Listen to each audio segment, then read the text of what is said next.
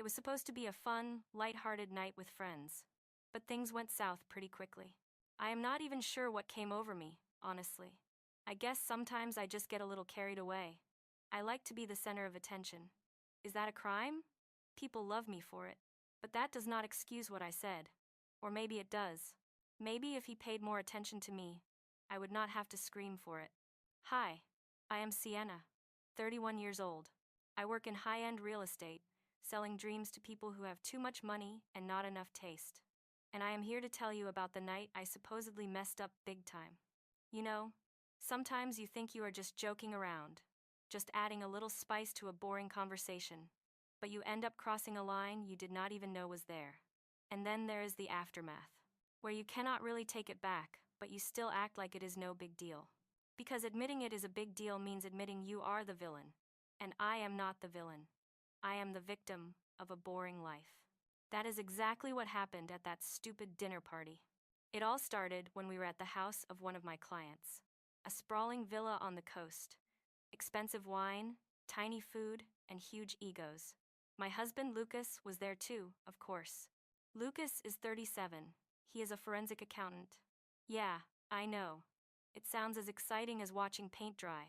He is quiet, meticulous. He notices everything, but says nothing. He is stable. He pays the bills. He fixes the sink. He is good to me, I suppose. But being good does not make my heart race. It does not make me feel alive. Me? I am vibrant. I am loud. I like to drink the expensive champagne and dance on the edge of the balcony. We had all been talking about our relationships. The usual complaints. The other wives were moaning about their husbands playing too much golf or forgetting anniversaries. And of course, I had to win. I had to have the best story or the worst one. It did not matter, as long as everyone was looking at me. I was 3 glasses of vintage red wine deep. I leaned back in my chair, swirling the glass, and looked at Lucas across the table. He was listening to some guy talk about stocks. He looked so beige, so neutral. You guys have it easy, I said, my voice cutting through the chatter. Try living with a monk. Lucas is so disciplined, I think he schedules our intimacy on a spreadsheet. Tuesday nights, 9:30, lights off, missionary only. Duration, exactly 12 minutes. The table went silent. I should have stopped. I really should have. But the spotlight was on me, and it felt like a drug. Honestly, I continued, laughing a little too loudly. Sometimes I wonder if he even knows what passion is. I feel like I am married to a piece of furniture. A very expensive, very sturdy, very boring armchair. I took a sip of my wine. I waited for the laughter. I waited for Lucas to roll his eyes, to make a self-deprecating joke, to play along. That is what he usually does. He takes it, he absorbs it. But this time, he did not. Lucas slowly turned his head. He looked at me. He did not look angry. He did not look sad. He looked hollow, like he was looking through me, not at me. He placed his napkin on the table. He smoothed out the creases with his thumb. Then he picked up his wine glass, finished it in one swallow, and set it down. At least the armchair supports you, Sienna, he said. His voice was quiet, level, even when you spill red wine all over it and don't bother to clean it up. The room did not just go quiet, it froze. The air left the room. I laughed. A sharp, nervous sound. Oh, lighten up, Lucas. God, you are proving my point. So sensitive. He smiled, but it did not reach his eyes. It was a terrifying smile. A smile that said, message received. I thought it would blow over. I thought we would go home. He would sulk for a day. I would buy him a new watch or something, and we would be fine. That is how it always works. I mess up, he forgives, we move on. But I was wrong. I was so wrong. The drive home was suffocating. I tried to turn on the radio, but he turned it off. I tried to make small talk about the host's ugly curtains. He did not respond. He just drove. His hands were at 10 and 2 on the steering wheel. His knuckles were not white. He was not gripping the wheel in rage. He was relaxed. That scared me more than if he had been screaming. When we got home, I kicked off my heels in the hallway. Are you going to be like this all night? I asked, following him into the kitchen. It was a joke, Lucas. Everyone laughed. Well, they laughed on the inside. He poured himself a glass of water. He drank it standing up, facing the sink. Lucas! I snapped. Stop acting like a child. I am sorry, okay? There. I said it. I am sorry I embarrassed you. Are you happy now? He turned around. He looked at me for a long moment. It felt like he was studying a biological specimen. Then, without a word, he walked past me, went into the guest bedroom, and locked the door. I stood there in the kitchen, fuming. How dare he? I apologized. I did the thing. He was supposed to accept it. Fine, I yelled at the closed door. Sleep in there. See if I care. You are just proving how boring you are. I stormed upstairs to our master bedroom. I grabbed my phone. I needed validation. I needed someone to tell me I was right. I texted Dominic. Dominic is 26. He is a personal trainer. He has muscles in places I did not know existed and a brain the size of a walnut. But he makes me feel like a goddess. He does not care about spreadsheets. He cares about how I look in a tight dress. Me. The old man is sulking again. Locked himself in the guest room. I need a drink. And you. Dominic. Poor baby. He doesn't deserve you. Sneak out? Me. Can't. He's awake. Tomorrow? Lunch? Dominic. I'll clear my schedule. See? That is passion. That is effort. I went to sleep feeling justified. Lucas was punishing me with silence? Fine. I would punish him with betrayal. It was his fault. Really. If he was enough for me, I would not need Dominic. The next morning, I expected the silent treatment to be over. I expected him to be making pancakes, trying to win me back. But the kitchen was cold. Lucas was already dressed. He was wearing his gray suit, the one I hate. It makes him look like a banker from the 1950s. He was drinking coffee and reading a file on his tablet. Good morning, I said, pouring myself some juice. Nothing. He did not even blink. Okay. Seriously? I slammed the glass down. Are we really doing this? You are not going to talk to me? He stood up. He rinsed his cup in the sink. He put it in the dishwasher. Then he picked up his briefcase and walked to the door. Have a good day, I said sarcastically. He opened the door, stepped out, and closed it gently behind him. I felt a shiver run down my spine. It was not the silence of anger. Anger is hot. Anger burns out. This was the silence of a glacier. Cold, heavy, and moving very, very slowly. I told myself I did not care. I had Dominic. I met Dominic at a hotel bar downtown for lunch. We did not eat much. We spent most of the hour in a room he had booked. It was exciting. It was reckless. It was everything my marriage wasn't. He is just so pathetic, I complained to Dominic afterward, fixing my hair in the mirror. He thinks his silence hurts me. It just gives me more freedom. Dominic laughed, kissing my neck. Forget him. You have got me. Exactly, I said, smirking at my reflection. I have got everything. I really believed that. I believed I was holding all the cards. Lucas was the provider, the safety net. Dominic was the fun, the spice. I had the perfect life. I did not know that the safety net was already being cut, strand by strand. A week passed. Then, too, the silence continued. It was bizarre. We lived in the same house. We slept in separate rooms. He paid the bills. He stocked the fridge. He even did my laundry once. But he did not speak to me. If I asked a direct question like, "Did you pay the electric bill?" he would send me a text message with a screenshot of the receipt. If I asked, "Do you want dinner?" he would just shake his head and cook for himself. It was maddening, but also convenient. I started getting sloppy. I stopped hiding my phone. I started coming home late, smelling of Dominic's cologne, which was a mix of cheap musk and gym sweat. I figured Lucas was too wrapped up in his little pity party to notice. One Tuesday, I brought Dominic to the house. I know. It sounds risky. But Lucas was at a conference in another city. He had emailed me his itinerary. He was gone for 2 days. Nice place, Dominic said, looking around our living room. He picked up a crystal vase. Expensive? Put it down, I said, pouring us drinks. And yes, everything here is expensive. Lucas makes good money finding other people's hidden money. Irony, right? We spent the night in my marital bed. It felt like the ultimate victory. I was erasing Lucas from his own sanctuary. The next morning, after Dominic left, I found something odd. I was cleaning up the bedroom, not that I usually clean, but I had to make sure there was no evidence. I saw a folder on Lucas's nightstand. It was not there before. I was sure of it. I opened it. It looked like one of his work files. Rows of numbers, bank transactions, timestamps. I yawned, about to close it, but then a name caught my eye. The Sapphire Lounge. That was the bar where I met Dominic. I looked closer. The dates, the times. They matched perfectly with my client meetings. My heart hammered against my ribs for a second. Did he know? But then I laughed. No. Impossible. Lucas tracked our joint expenses. I must have used the joint card by mistake once or twice. He was just doing his accounting thing.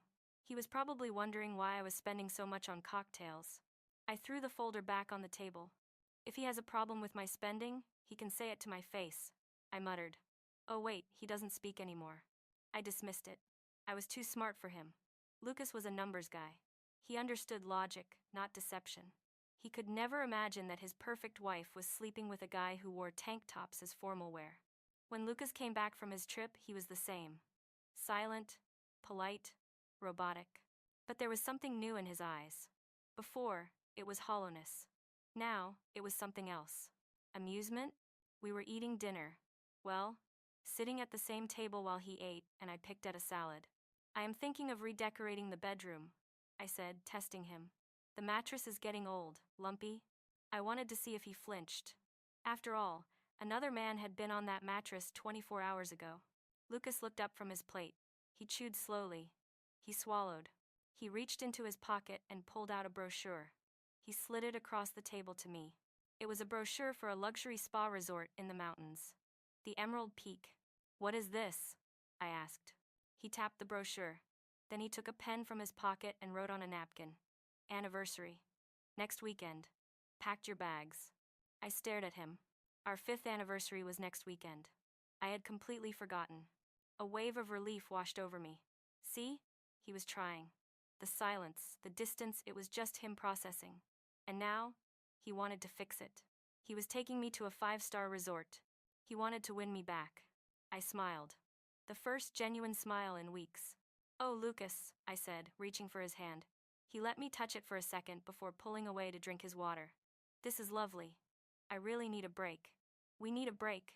I thought I had won. I thought I had survived the storm. I texted Dominic under the table. Hubby is taking me away for the weekend. Anniversary stuff. Boring but necessary. Keep the bed warm for me. Dominic replied with a winking emoji. I felt like the queen of the world.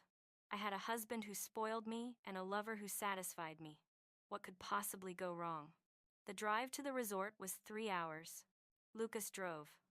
I talked. I filled the silence with chatter about my listings, about the gossip at the office, about how my mother was annoying me. He nodded occasionally. He changed the radio station when a song came on that I liked. But he still did not speak. We arrived at the Emerald Peak. It was breathtaking. Snow-capped mountains, a massive stone lodge, steaming outdoor pools. Wow, I said, you really went all out. He checked us in. The receptionist smiled at us. Happy anniversary, Mr. and Mrs. Vance. We have put you in the Summit Suite. The suite was bigger than my first apartment. Fireplace, jacuzzi, a balcony overlooking the valley. I turned to Lucas, feeling a sudden surge of affection. Or maybe it was just gratitude for the luxury. Lucas, this is amazing. Thank you. I moved to hug him. He stepped aside smoothly, picking up his suitcase. He walked to the second bedroom in the suite. Wait, I said. Where are you going? He pointed to the main bedroom. Yours. Then he pointed to the smaller room, mine. My jaw dropped. We are on our anniversary trip, and you are sleeping in a separate room? He shrugged. He took out his phone and typed something. A robotic voice from the phone spoke. I snore. Wouldn't want to disturb your beauty sleep. He smirked. A cold, sharp smirk. I felt a pit form in my stomach. He was mocking me. He was using the silence as a weapon now. Fine, I spat. Be that way. I spent the afternoon at the spa, charging everything to the room. Massage, facial, manicure. If he was going to be distant, he was going to pay for it. At dinner, things got weird. We were at the resort's finest restaurant. Candlelight. Soft jazz. Lucas ordered a bottle of wine that cost more than Dominic's car. He poured me a glass. So, I said, trying to break the ice. Are you ever going to talk to me again? Or is this going to be our life now? Me talking to a wall? Lucas looked at me. He swirled his wine. Finally, he spoke. His voice was raspy from disuse. I have been thinking about a story, he said. I blinked. He spoke. Oh? I said, leaning in. What story? About a client of mine, he said. He stared at the candle flame. A man. Hard worker. Loved his wife. Gave her everything. But she got bored.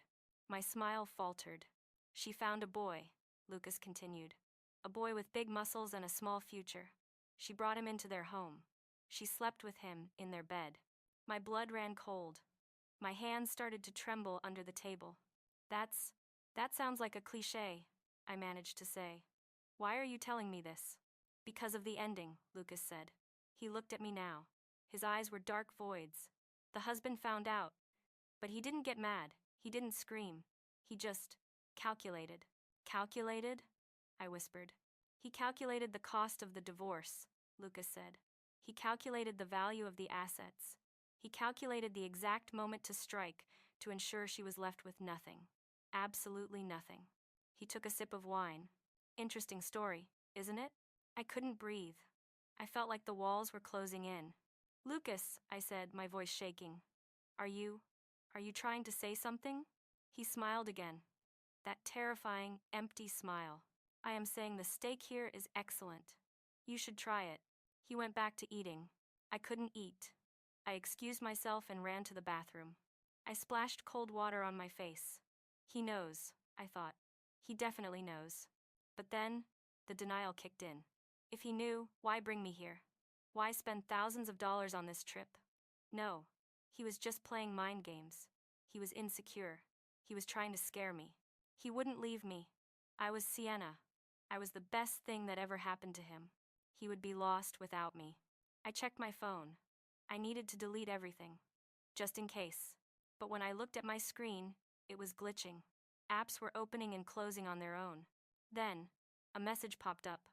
Not a text, a system notification. Backup complete.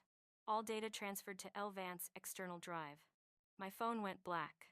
I stared at the dead device in my hands. He didn't just know. He had everything.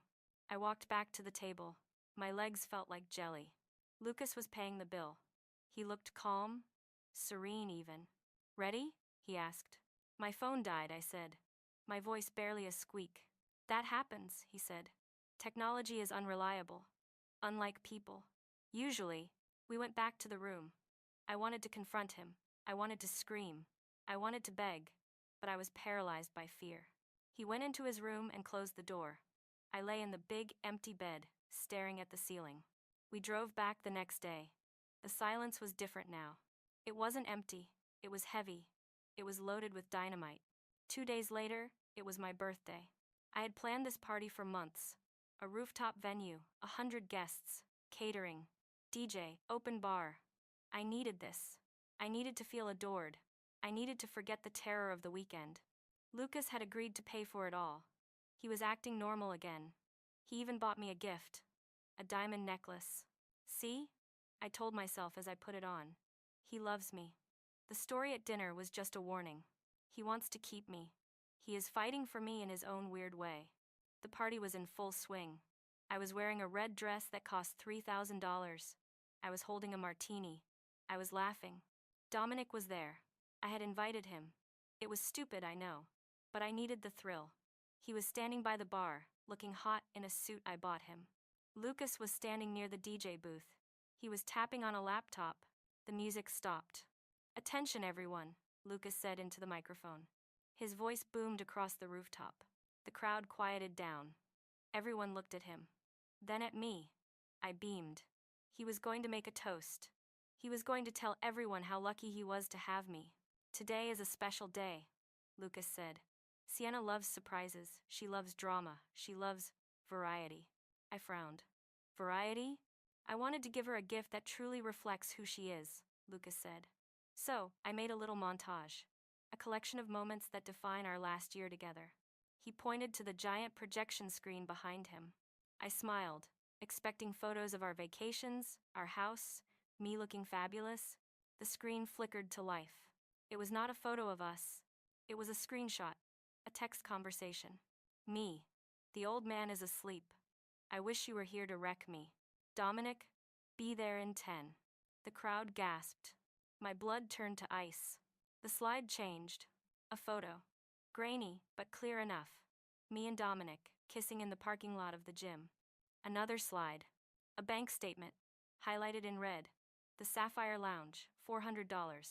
Hotel downtown, $250. Another slide. A video. Oh God, a video. It was from the security camera in our living room, the one I thought was broken. It showed me leading Dominic onto the couch. It showed everything. The silence on the rooftop was absolute. You could hear the wind. You could hear the ice melting in the glasses. I stood there, frozen. I couldn't move. I couldn't breathe. Lucas looked at me. For the first time in months, he looked directly into my eyes. "Happy birthday, Sienna," he said. Then he dropped the microphone. It hit the floor with a deafening thud. Dominic bolted. He didn't even look at me. He ran for the exit like a rat escaping a sinking ship. My friends, my so-called friends, were staring at me with disgust. Some were taking photos with their phones. I looked at Lucas. "Lucas, please," I whispered. "I can explain." He walked up to me. He stood close enough that I could smell his cologne. "No," he said softly. "You can't. And you don't have to. I have already filed the papers. They were served to you this morning, hidden in your birthday card pile." "What?" I choked out. "The house is sold," he said. "I sold it last week to a cash buyer. Closing is tomorrow. You have 24 hours to vacate." "You can't do that," I shrieked. "That's my house." "My name was on the deed," he said calmly. "Only mine. Remember? You didn't want the liability because of your credit score." He reached out and gently unclasped the diamond necklace from my neck. "And this," he said, holding up the diamonds. "This was rented. It goes back tomorrow." He turned and walked away. He walked through the crowd, past the stunned faces, and out the door. He didn't look back. Not even once. The days that followed were a blur of humiliation and panic. He wasn't lying. The house was sold. The locks were changed the next day. I had to pack my things into garbage bags while the new owners watched. I checked our joint bank account. Empty. He had transferred his share out. And my share? It was gone too. Used to pay off the credit card debt, I had racked up the debt that was legally in my name, but he had graciously paid off using my half of the savings before closing the account. I had nothing. I called Dominic. "The number you have dialed has blocked you." I went to his gym. "Dominic doesn't want to see you," the receptionist said, looking at me like I was trash. He said, "You are too much drama, and apparently, your husband sent him a legal notice about alienation of affection. He is scared to death." I was homeless. I was broke. I was a pariah. I moved into a cheap motel on the outskirts of town. The room smelled like stale smoke and despair. I tried to go to work, but word had gotten out. In high-end real estate, reputation is everything. And my reputation was mud. Clients fired me. My boss suggested I take a sabbatical. I sat on the edge of the lumpy motel bed. I looked at my reflection in the cracked mirror. My roots were showing. My skin looked gray. The sparkle was gone. I still couldn't believe he did this to me. It was so cruel. So calculated. "He is a monster," I told the empty room. "How could he destroy me like this? Over a little fun?" I still didn't get it. I still couldn't see that I was the monster. I decided to call him one last time. I borrowed a phone from the motel front desk because my service had been cut off. I dialed the number I knew by heart. It rang. Once, twice. "Hello?" His voice. Calm, strong, free. "Lucas," I sobbed. "Lucas, it's me. Please. I am in a motel. I have no money. I have nothing. You have to help me. I am your wife." Silence. "Lucas, you are not my wife, Sienna," he said. "You are a stranger who lived in my house. But I love you." I lied. Or maybe I meant it. I loved the life he gave me. "No," he said. "You love the audience. And I am done watching the show. Please," I begged. "I learned my lesson. I swear. Just give me another chance. I will be better. I will be boring. I will be whatever you want. I heard him sigh. It wasn't a sigh of longing, it was a sigh of relief. Goodbye, Sienna. Wait! Lucas, don't you dare hang up. You owe me. You. Click. The line went dead. It has been 6 months. I work as a hostess at a diner now. I wear a uniform that smells like grease. I live in a studio apartment that is smaller than my old walk-in closet. I saw Lucas yesterday. He was walking down the street. He looked good. He was wearing a new suit. Navy blue, sharp. He was laughing. He was holding hands with a woman. She was plain. She wore flat shoes and no makeup. She looked boring. But he looked at her like she was the sun.